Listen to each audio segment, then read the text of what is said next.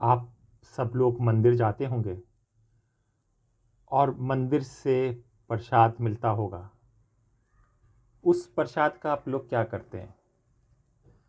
जाहिर सी बात है कि उस प्रसाद को घर लाया जाता है और सबके साथ बांटा जाता है और खाया जाता है। लेकिन आज हम कहानी आपको एक ऐसे मंदिर की बताएंगे जिसका प्रसाद आप घर नहीं ला सकते, किसी के साथ नहीं बांट सकते। तो कौन सा है ये मंदिर? आज की कहानी वही होगी जो आपको इस मंदिर के बारे में बताएगी, इसकी खासियत बताएगी। नमस्कार, मेरा नाम हैदर अब्बास नकवी है और आप लोग मुझको इस वक्त इंडिया लाइफ में देख रहे हैं। बालाजी, हनुमान जी का बचपन में बाल अवस्था से बालाजी नाम पड़ा है और कई जगह पर, देश के कई जगह पर हनुमान जी को बालाजी कहकर भी बुलाया जाता है। हनुमान जी संकट मोचन है। माँ सीता ने उनको ये वरदान दिया था कि इस युग में लोग उनको संकट मोचन के रूप में जानेंगे और वो लोगों के संकट दूर करेंगे। तो आज हम कहानी हनुमान जी के बालाजी के रूप में है, तो उनके एक मंदिर की बताएंगे। इस मंदिर की क्या खासियत है ये भी हम आपको बताएंगे।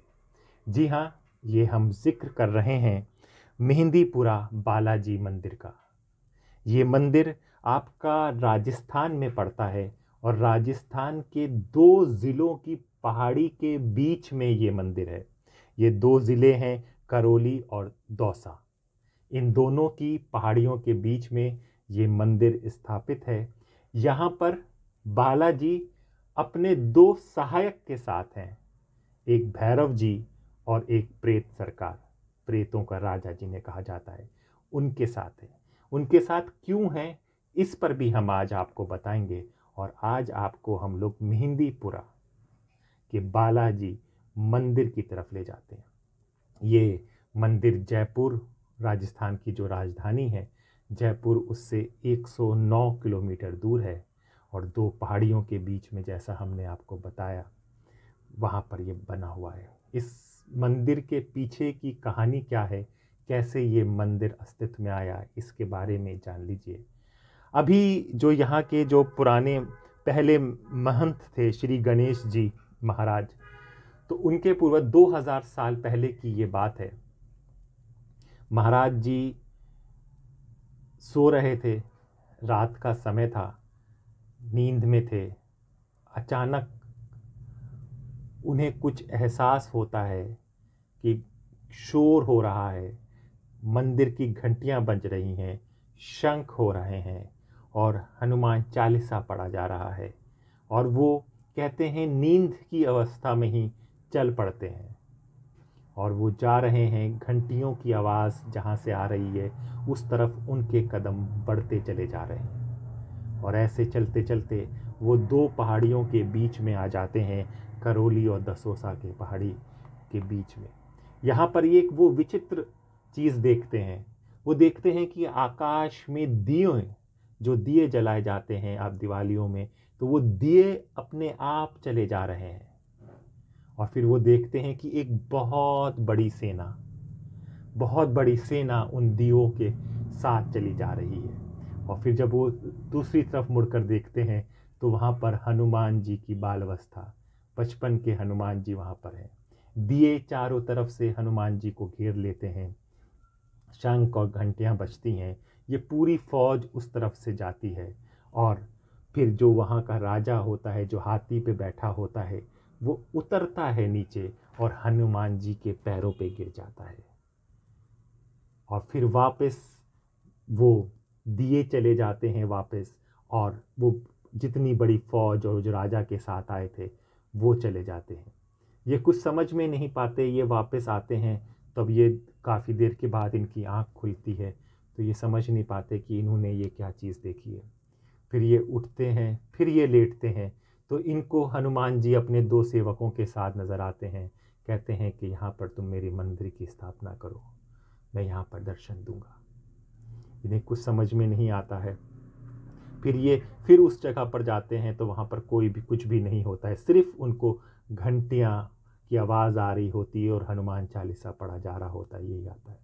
अब ये थोड़े परेशान होते हैं, जाते हैं गांव में लोगों के साथ बात करते हैं, कहते हैं कि मुझे इस तरह का सपना आया, अब बताओ मैं क्या करूं। गांव वाले कहते हैं कि हम लोग चल के वहाँ की सफाई करते हैं और वहाँ पे मंदिर हनुमान जी की मूर्ति को रखते हैं।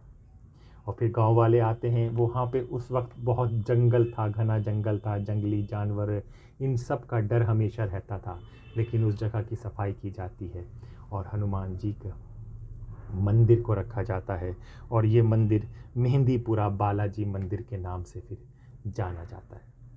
तो यहाँ पर जो लोग आते हैं तो उन सब की जितनी भी मुरादें होती हैं वो सब पूरी होती हैं। और इस चीज़ की मैं आगे बताऊंगा, लेकिन मैं एक बात बीच में आपको बता दूं कि 2013 से जर्मनी, नीदरलैंड, दिल्ली एम्स और दिल्ली यूनिवर्सिटी के साइंटिस्ट, साइकोलॉजिस्ट, स्कॉलर्स, ये सब यहाँ पर रिसर्च कर रहे हैं। जानते हैं क्यों? 2013 से ये लगातार रिसर्च चल रहा है, रिसर्च में शोध हो रहा है जर्मनी से लेकर विदेश तक। क्योंकि यहाँ पर जो आता है किसी परेशानी में होता है, किसी तकलीफ़ में होता है, किसी दुख में होता है, या कुछ शारीरिक कोई समस्या होती है, दिमागी कुछ परेशानी होती है, उस चीज़ का निवारण हो जाता है। इस पर रिसर्च चल रही है कि कैसे ये चीज़ें हो रही हैं, यहाँ पर किस तरह से हो रही है, कौन सी शक्ति है जो ये सब चीज़ें कराती है। तो यहाँ पर हनुमान जी का है, जैसे भैरव जी का है, और प्रेत राजा का है। हनुमान जी की कहानी हमने आपको बता दी।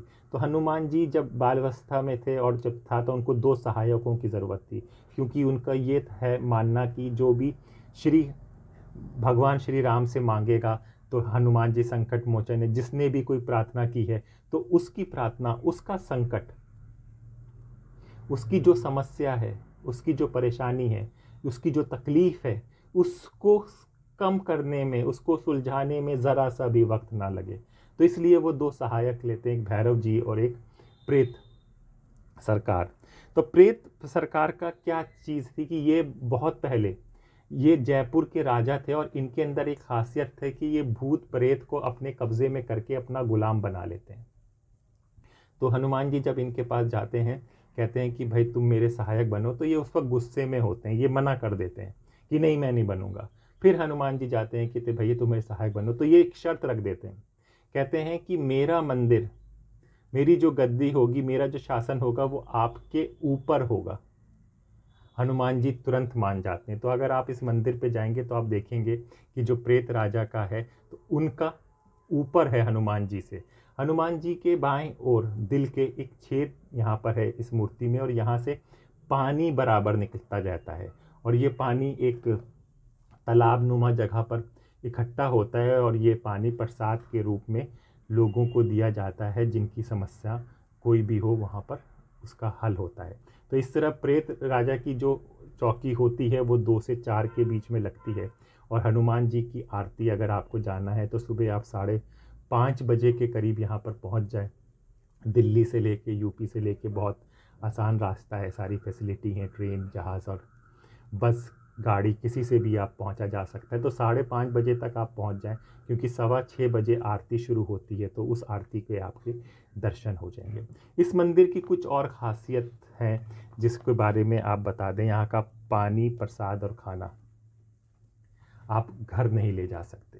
2 चीज़ें हैं कि आप ये जब इस मंदिर से बाहर निकलें दर्शन करने के बाद, तो कहते हैं कि इस मंदिर को पीछे मुड़कर आपको नहीं देखना है। दूसरी चीज़ कि आप जा रहे हैं और आपके साथ में कोई और भी आदमी जा रहा है। अक्सर क्या होता है कि हम लोग छू लेते हैं, कहते हैं कि भैया ज़रा यही रास्ता चला जाएगा ना, तो ये सख्त मना है कि आपके साथ जो जा रहा है उसको कभी भी आपको छूना नहीं है। तीसरा, जो प्रसाद आपको दिया गया है, जो वहाँ से आपको प्रसाद मिला है, बूंदी के लड्डू जो आपको मिले हैं, तो वो आपको वहीं पर खा लेना है, उसे घर नहीं लाना है। जो खाना आप लाए हैं या वो लेकर आते हैं सफ़र में, उसको भी आपको ख़त्म कर देना है, उसी स्थान पर, उसको भी घर ले जाकर नहीं देना है। तो ये कुछ मान्यताएं हैं जो जहाँ से आप इस चीज़ों को कर सकते हैं।